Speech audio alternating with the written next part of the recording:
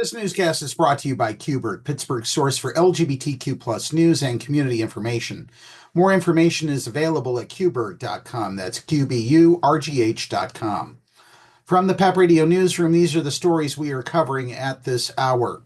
A conservative legal group representing Pennsylvania school districts and parents has sued Pennsylvania over rules barring discrimination based on gender identity, arguing the state illegally expanded the definition of sex.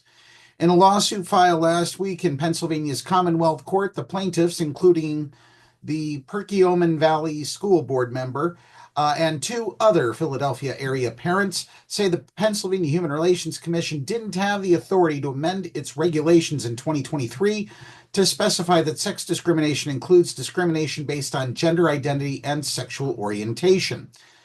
Governor Josh Shapiro's and the Pennsylvania Human Relations Commission's radical redefinition of sex undermines our state constitution, parental rights, and the fair and equal treatment of every Pennsylvanian, male or female, said Thomas W. King III, a lawyer based in Butler, Pennsylvania, who is special counsel for the Thomas More Society, representing the plaintiffs in the suit against the PHRC and Governor Shapiro's office. King said the commission's rules were a blatant example of government bureaucrats overstepping their authority to push gender ideology.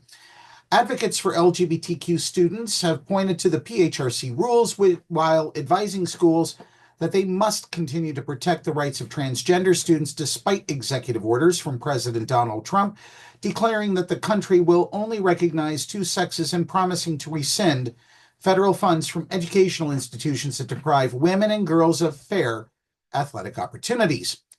At an unrelated news conference in York County on Tuesday, Governor Shapiro said he had not read the lawsuit, but he said he is committed to Pennsylvania's founding principle to be warm and welcoming for all, including for people in the LGBTQ plus community.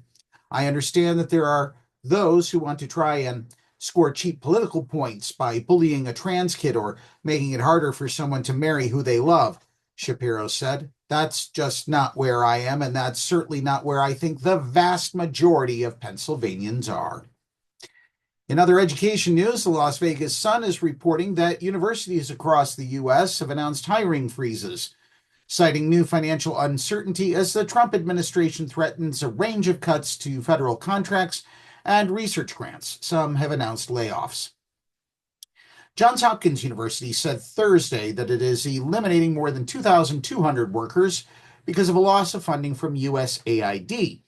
Some employees are in Baltimore, but most work in 44 other countries in support of the university's Bloomberg School of Public Health, its medical school, and an affiliated nonprofit organization. In February, the Trump administration announced deep cuts to the National Institutes of Health, grants for research institutions, a shift that could reduce the money going to some universities by over $100 million. Some schools already have shelved projects because of the cuts, which have been delayed temporarily by a court challenge. Recently, President Donald Trump has shown appetite for targeting colleges' funding more directly. His administration has vowed to take federal money from colleges that defy his agenda on issues including diversity, equity, and inclusion programs, transgender athletes' participation in women's sports, and student protests that he deems illegal.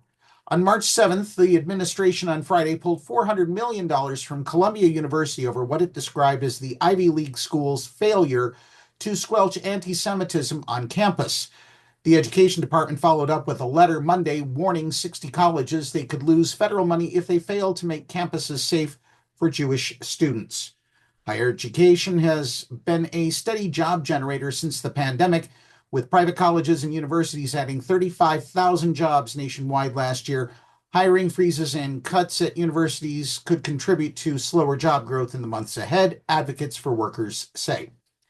Private and public colleges have been announcing freezes over the last 2 years. More than a dozen institutions have announced limits on hiring for faculty and staff positions and other measures to tighten purse strings. And now, in completely incoherent, idiotic, and dare we say baffling education news, Texas legislator Representative Stan Gerdes, a Republican, go figure, has introduced the Furries Act, legislation to punish students who act like non-human animals in schools and penalize schools who allow this behavior. Anti-transgender Republicans claim that schools have been forced to accommodate students who identify as house pet furries.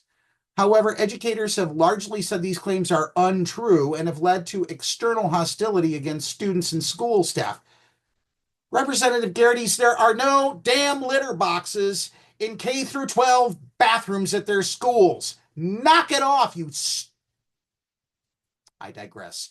Gerdes Furries Act, which stands for Forbidding Unlawful Representation of Role-Playing in Education in Schools, expressly forbids, folks, I wish I were making this up and I'm not, defecating in a litter box, licking one's self for self-grooming, making animal noises, wearing collars, leashes, or animal accessories, or any surgical or superficial means of displaying tails, fur, ears, or other physical animal features. It would also forbid teachers from promoting the idea that any of these behaviors are socially acceptable. Anyone witnessing the acceptance of non-human animal behavior by students would be allowed to file a complaint with the state attorney general, who is currently Ken Paxton, a transphobe and a homophobe, might we add. The Attorney General could then leverage a $10,000 fine against schools for a first violation and $25,000 fine for subsequent violations. The legislation makes exceptions for allowing animal behavior on Halloween, special theme days, and through school mascots. So here's a thought, Texas schools: make every day Dog and Cat Day. Go for it. Have fun. In a press release about the legislation, Gerdes' office claimed that a furry-related incident occurred within the Smithville Independent School District, a small district outside of Austin that serves only 1,885 students, representing 0.03% of the state's 5.1 million public school students. He didn't elaborate about the incident, nor have any known news reports covered the alleged incident. We cannot allow these types of role-playing distractions to affect our students who are trying to learn, or our teachers and administrators who are trying to teach, Gerdes said in the press release. We just have to keep this nonsense out of our schools, period. Yes, folks, the Republican Party in West Virginia wants minors to have non-consensual genitalia exams for students, and Texas is banning litter boxes at schools. What will these utter morons think up next? Stay tuned to find out over the weekend as we present Countdown with Keith Olbermann. Download the Live 365 app to take PEP Radio with you wherever you go. And now back to more music here on PEP Radio.